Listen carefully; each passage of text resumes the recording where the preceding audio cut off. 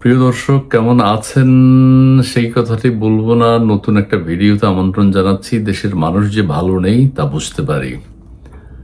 দেশে বিদ্যুৎ সংকট, জ্বালানি সংকট, গ্যাস সংকট এগুলো নিয়ে এখন প্রকট আকার ধারণ করছে।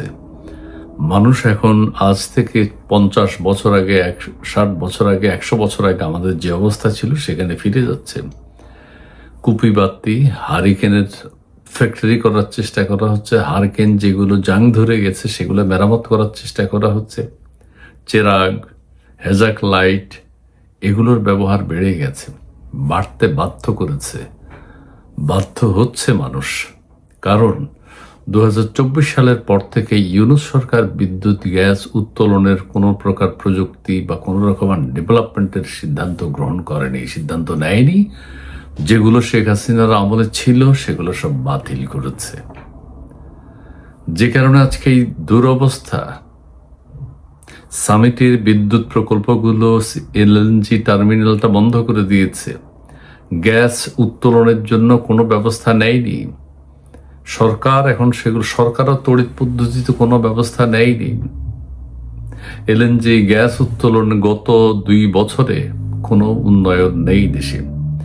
পারমাণবিক বিদ্যুৎ কেন্দ্রটাও নানান টাল বাহানা করে এটা ধীর গতিতে চলছে, সুষ্ঠুভাবে কাজ হচ্ছে না। আরেকদিকে কেউ বলছেন শেখ হাসিনা আসবেন, শেখ হাসিনা আবার নিজে বলছেন শেখ হাসিনা আসবেন। ভারতের সাথে বাংলাদেশের সম্পর্ক নিয়ে টানাপোড়েন চলছে। এই মধ্যে আবার নাহিদ ইসলাম ঘোষণা দিয়েছে যে শেখ হাসিনার প্রত্যর্পণের বিষয়ে সমাধান না হওয়া পর্যন্ত তারেক রহমান ভারত যেতে পারবে না। ভারত তো আর শেখ হাসিনার জন্য যাবে না, ভারত যাবে বাংলাদেশের স্বার্থে। ভারতের স্বার্থে ভারত বাংলাদেশে আসবে। আমাদের সরকার প্রধান, আমাদের প্রধানমন্ত্রী বাংলাদেশের স্বার্থে বিভিন্ন অধিকার আদায়ের জন্য যাবে। সেখানে শেখ হাসিনা বাধা হয়ে দাঁড়াবে কেন? কি কারণে শেখ হাসিনার কন্ডিশন দিতে হবে? শেখ হাসিনা আসবে কি আসবে না, তিনি বলেছেন আসবে, তোমরা বলছো আসবে না, আসতে দেব না, সেটা অন্য জিনিস। কিন্তু আমাদের প্রধানমন্ত্রী নিজের দেশের স্বার্থে মানুষের কল্যাণের জন্য ভারতে কেন যাবেন না?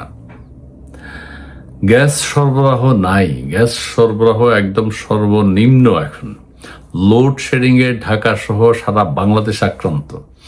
ইন দ্য মিন টাইম আবার বিদ্যুৎ মন্ত্রী বলছেন এখন আল্লাহ করা ছাড়া, মানে দিন গোনা ছাড়া আর কোনো উপায় নেই। কারণ কোনো ব্যবস্থা তারাও 6 মাসের মধ্যে নেই। যে গরম আসবে এটা তো স্বাভাবিক, ঝড় বৃষ্টি হবে এটা তো স্বাভাবিক, নিত্য প্রয়োজনীয় পণ্যের ব্যবহার বাড়বে এটা তো স্বাভাবিক। সেই অনুযায়ী ব্যবস্থা নিতে হবে, সিদ্ধান্ত গ্রহণ করতে হবে, উৎপাদন বাড়াতে হবে।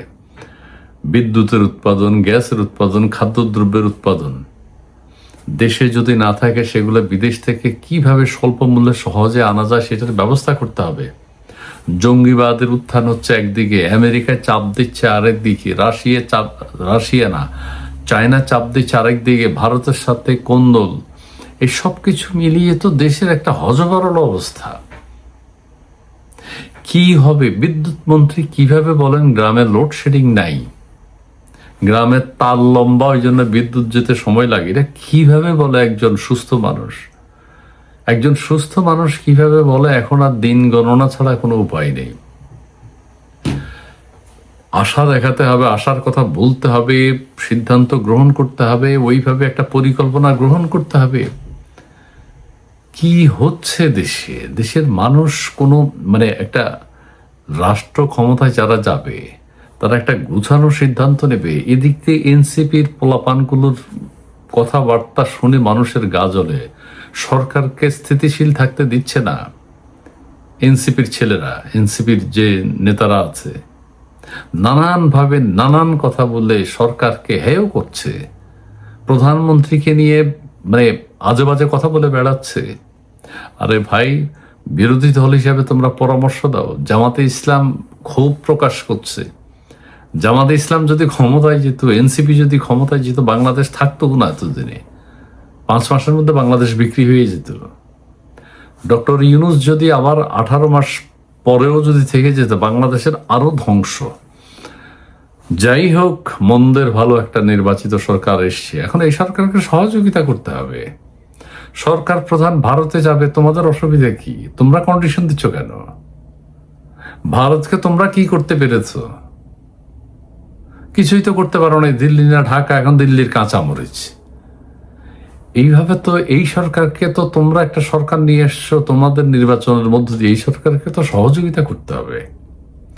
আর সরকারের কাছেও বিনীত অনুরোধ যে আপনারা ওই দেশের মানুষের যে চাওয়া সেইটা নিয়ে কথা বলবেন, আশার কথা শোনাবেন, পরিকল্পনার কথা জানাবেন, কি প্ল্যান আপনাদের।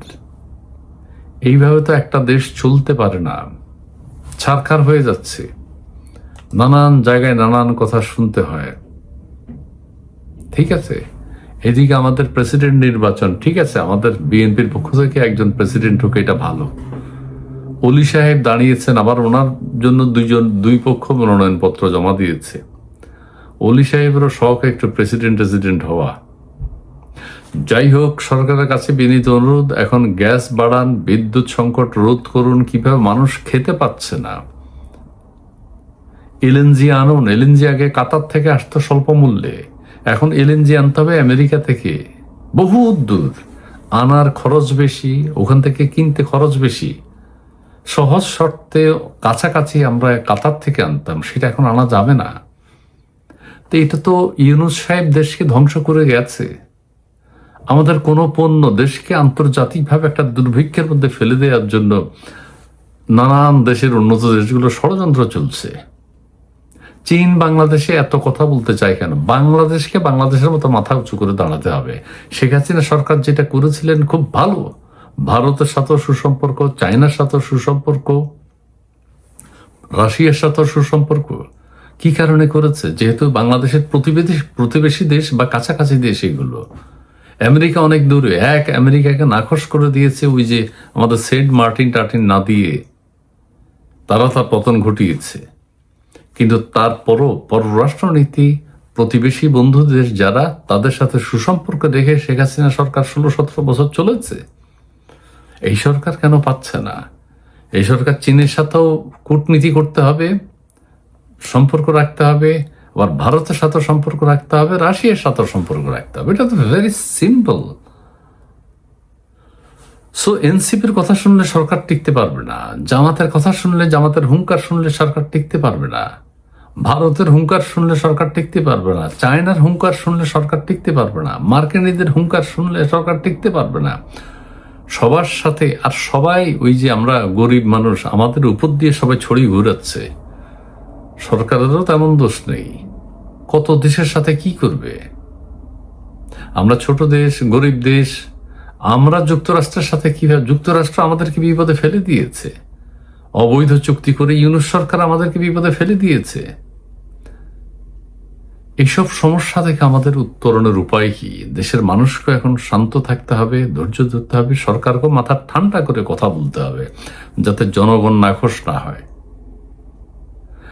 যাই হোক, আমাদের দেশ ভালো থাকুক, সুন্দর থাকুক, বিদ্যুতের উৎপাদন বাড়ুক, আমাদের গ্যাসের উৎপাদন বাড়ুক, সেটি চাই। এইভাবে একটা দেশ অজগরল অবস্থায় চলতে পারে না। জি, ধন্যবাদ।